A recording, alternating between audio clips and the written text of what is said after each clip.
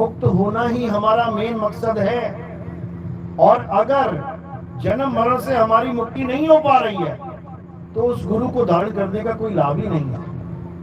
Bullet proof jacket पहनने का क्या मकसद होता है कि गोली मेरे शरीर तक ना पहुंच पाए।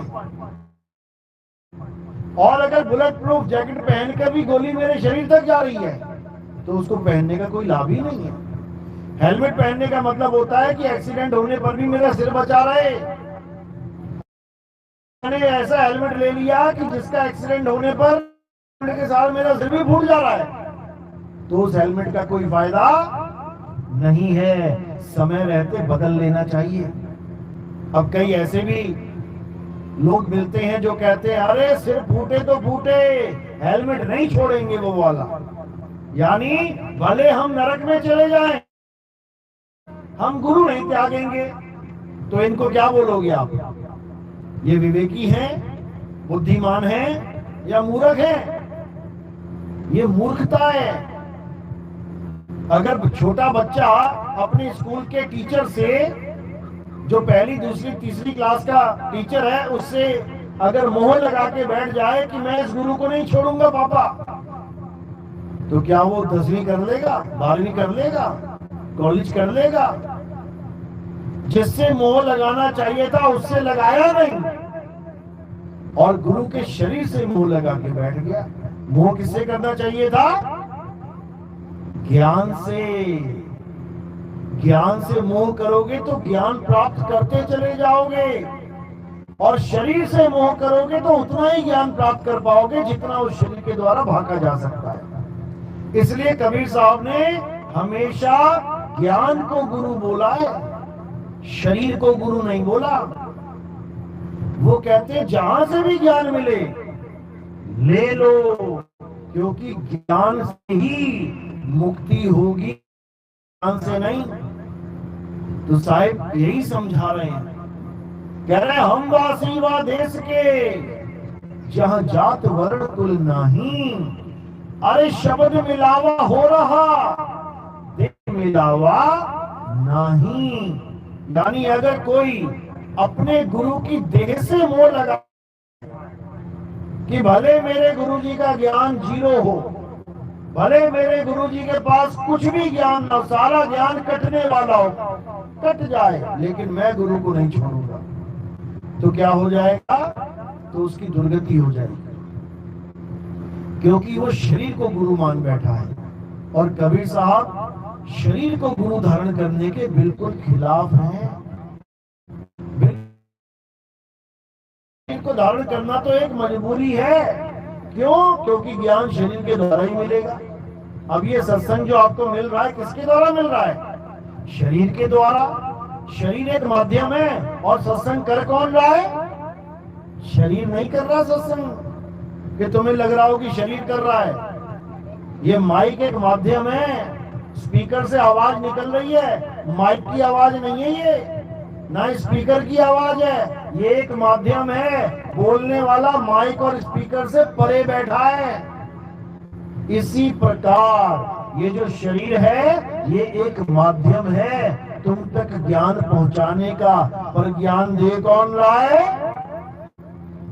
आत्मा ज्ञान दे रही है। ये ज्ञानदाता कौन है? आत्मा ही ज्ञानदाता है। आत्मा ही तुम्हें आत्मा का भेद समझा रहा है। अभी तो केवल शरीर दिख रहा है। सत्संग सुन के घर चले जाओगे, कहोगे बाबा जी आए थे दाढ़ी मूंछ वाले, क्योंकि तुम्हारी दृष्टि वहीं तक सीमित है। तुम शरीर से आगे नहीं देख सकते। तुम नहीं देखते इस शरीर के पीछे कौन जो तुम्हें सारा ज्ञान समझा रहा है। तुम्हारी इतनी हैसियत नहीं कि तुम उसको देख पाओ। हाँ, गुरु की दया हो जाए तो तुम्हें एक पल में समझ में आ जाएगा कि वो कौन है। तो इसी को कबीर साहब कह रहे हैं, हम वासी वा देश के, जहां जात वर्ण कुल नहीं, और शब्द मिलावा हो रहा, देह मिलावा नहीं। कहते हैं शब्द मिलावा हो रहा कि हमारा ज्ञान शब्दों के आधार पे चलता है, देह के आधार पे नहीं कि मेरा गुरु ये है, उसका गुरु ये है, उसको शरण मिल जाएगा। क्योंकि ये पांचों ही एक समान है, ये पांच तत्व के ही पुतले हैं, एक समान। लेकिन गुरु कौन है? गुरु आत्मा है, गुरु ज्ञान है। कम और ज्यादा गुरु ज्ञान मिल रहा है तो गुरु बन देते हैं लोग ज्ञान के आधार से, शरीर के चक्कर में नहीं पड़े। तो गुरु कौन है? ज्ञान गुरु है। शब्द में लावा हो रहा। हम तो आज तक शरीर शरीर शरीर करते रहे, आज तक शरीरों की पूजा करते रहे, लेकिन जब उसका अनुभव नहीं होगा तब तक तुम कभी सोच भी नहीं सकते कि तुम आत्मा हो कैसे? नहीं, बहुत सारे हो गए हैं, लेकिन उसका भेद नहीं जानते कौन सा शब्द दिया जाए, कौन सी भाषा में। अगर तुम हिंदुस्तानी हो तो हिंदुस्तानी भाषा में दे देगा, तुम्हारा तो अरबी में दे देगा, तुम अंग्रेजी में दे देगा, तुम चाइनीज हो चाइनीज में दे देगा। यानी जैसी भाषा का गुरु वैसी ही भाषा में नाम दे देगा। क्यों? क्योंकि गुरु चेला दोनों एक ही भाषा जानता। यानी ये कौन सा शब्द दिया जा रहा है? ये भाषाओं वाला शब्द दिया जा रहा है, ये अक्षरों वाला शब्द दिया जा रहा है। तो कह रहे हैं हम वासी व देश के जहां जात वर्ण कुल नहीं, सैन मिलावा हो रहा, शब्द मिलावा नहीं। कि इन शब्दों के द्वारा अगर तुम सोचो कि तुम्हारी मुक्ति हो जाएगी, इन हिंदी के नाम, पंजाबी के नाम, उर्दू के नाम, फारसी के नाम, तो तुम्हारी गलत फहमी है। ये परमात्मा का कोई ऐसा नाम है ही नहीं जिसको जप के तुम्हारी मुक्ति हो जाए। हाँ, परमात्मा को नाम दे अनंतो दिए गए हैं, केवल सांकेतिक ज्ञान यानी परमात्मा को दर्शाने के लिए। जैसे पानी के भी बहुत सारे नाम रख दिए गए हैं, केवल दर्शाने के लिए कि मैं बात किसकी कर रहा हूं। पानी, जल, वाटर, नीर, तोए, और भी बहुत से नाम है अलग अलग देशों में पानी के नाम।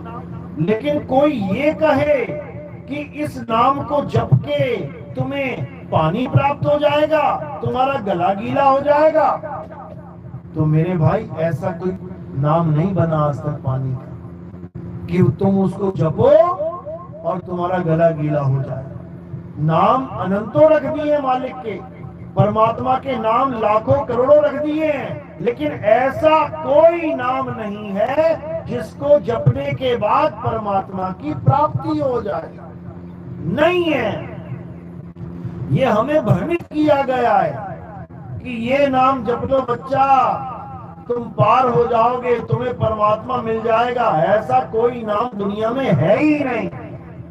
कबीर साहब छाप लगाते हैं, मोहर लगा रहे हैं। क्या कह रहे हैं? अरे मोको कहाँ ढूंढे रे बंदे, मैं तो तेरे पास में, ना मंदिर में, ना मस्जिद में, ना काबे कैलाश में। कहते हैं मैं बिल्कुल तेरे पास में हूँ, लेकिन गलती से भी किसी मंदिर में, किसी मस्जिद में, किसी गुरुद्वारे में, किसी चर्च में वहां जाके मत ढूंढने लग जाना। ये तो इंसानों ने बनाए, गली गली में मंदिर बना दिए। मैं उनमें नहीं रहता। मैं कहाँ रहता हूँ? मैं तेरी आत्मा में रहता हूँ। कहते हैं ना मैं जप में, ना मैं तप में, ना एकांत निवास में। ना तो मैं किसी जप के द्वारा मिलूंगा कि तुम सोचो मैं ये नाम जप लूं तो परमात्मा मिल जाएगा, मैं वो नाम जप लूं तो मिल जाएगा। नहीं मिलेगा। ना मैं जप में, ना मैं तप में, ना व्रत उपवास में। ना तो कोई व्रत उपवास से मिलूंगा, ना किसी तपस्या से मिलूंगा। क्योंकि तपस्या से कौन मिलते हैं? तपस्या से इष्ट मिलते हैं, परमात्मा नहीं मिलता। राक्षसों ने तपस्या करी, हजारों साल तपस्या करी, तो क्या हुआ? इष्ट देव सामने खड़े हो गए आके। कोई ब्रह्मा जी की भक्ति की तो ब्रह्मा जी आ गए, विष्णु जी की भक्ति करी तो विष्णु जी आ गए, शंकर जी की भक्ति करी तो शंकर जी आ गए। ये इष्ट देव हैं। ये परमात्मा नहीं है। अब इष्ट देव आ गए तो मांगा वरदान, क्या मांगा? आप देखोगे राक्षसों ने सबसे पहला वरदान क्या मांगा है? मुझे अमर कर दो। भगवान से वरदान मांग रहे हैं कि मुझे अमर कर दो, लेकिन भगवान किसी को अमर कर पा रहे हैं क्या? बिल्कुल रिजेक्ट कर देते हैं, सिरे से खारिज कर देते हैं। उनका जो पहला वरदान मांगते हैं वो बिल्कुल खत्म। और क्या कह के खत्म करते हैं? कहते हैं भाई इस दुनिया में कोई अमर नहीं है। यहाँ तक कि ब्रह्मा विष्णु महेश जी यानी हमारा भी आविर्भाव और तिरोभाव होता है। हम भी अमर नहीं है, हमारी भी देह छूटती है, हम भी अमर नहीं है। और कुछ वरदान मांगो। तब वो राक्षस क्या करता था? बुद्धि दौड़ाता था अपनी, क्या मांगू क्या मांगू क्या मांगू। फिर क्या मांगता था? मुझे स्वर्ग का राज दे दो, मुझे 3 लोक का राज दे दो, मुझे ऐसा वरदान दे दो मैं दिन में ना मरूं, रात में ना मरूं, मैं धरती पे ना मरूं, आसमान में ना मरूं, मैं घर के अंदर ना मरूं, बाहर ना मरूं, मैं आदमी से ना मरूं, मैं जानवर से ना मरूं, मैं अस्त्र से ना मरूं, मैं शस्त्र से ना मरूं। घूम फिर के बात वही कर रहा है कि मैं अमर हो जाऊं, लेकिन उसको नहीं पता कि इन दोनों के बीच में भी कोई कड़ी है।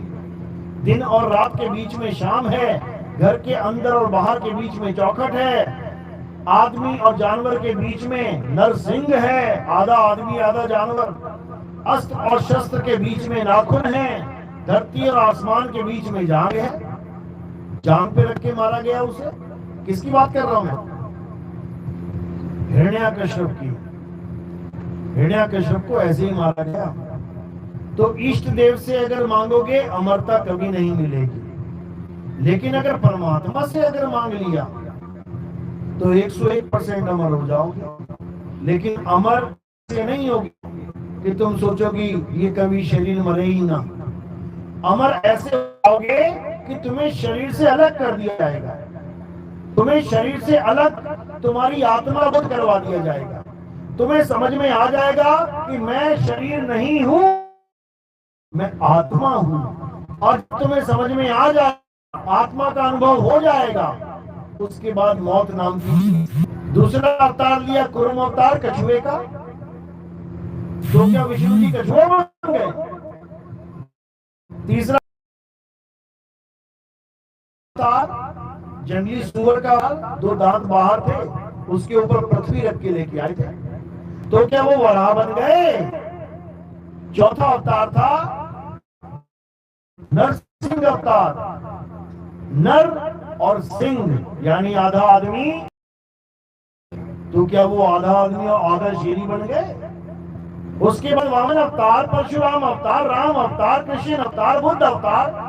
हर अवतार में अलग अलग शरीर ले रखे हैं। किसने? एक आत्मा ने। वो एक आत्मा बार बार अलग अलग शरीरों को धारण कर रही है। तो हमने जब उनको मछली नहीं माना, हमने उनको कछुआ नहीं माना, हमने उनको जंगली सुअर नहीं माना, तो हमने उनको राम और कृष्ण कैसे मान लिया? हमने उन्हें मछली कछुआ नहीं माना तो आदमी कैसे मान लिया? वो तो औरत का भी अवतार धारण कर लेते हैं। भस्मासुर को किसने मारा था? विष्णु जी ने। कैसे मारा था? औरत का अवतार धारण करके, मोहिनी अवतार। तो कह दो कि वो औरत भी है? अरे वो ना आदमी है, ना औरत है, ना मछली कछुआ वराह है, ना आधा आदमी ना आधा जानवर है। ये तो शरीर है। हजारों धारण करके हजारों छोड़ दो। वो कौन है? वो आत्मा है। हे अर्जुन, मैं, तू और ये जितने भी राजा महाराजा इस कुरुक्षेत्र की धरती पे खड़े हैं, हम सब शरीर नहीं हैं, हम सब आत्मा हैं, हम सब अमर हैं। हम सबके शरीर तो खत्म होंगे, लेकिन हम हैं, हमारा अस्तित्व कभी खत्म नहीं होगा। तो करना क्या है?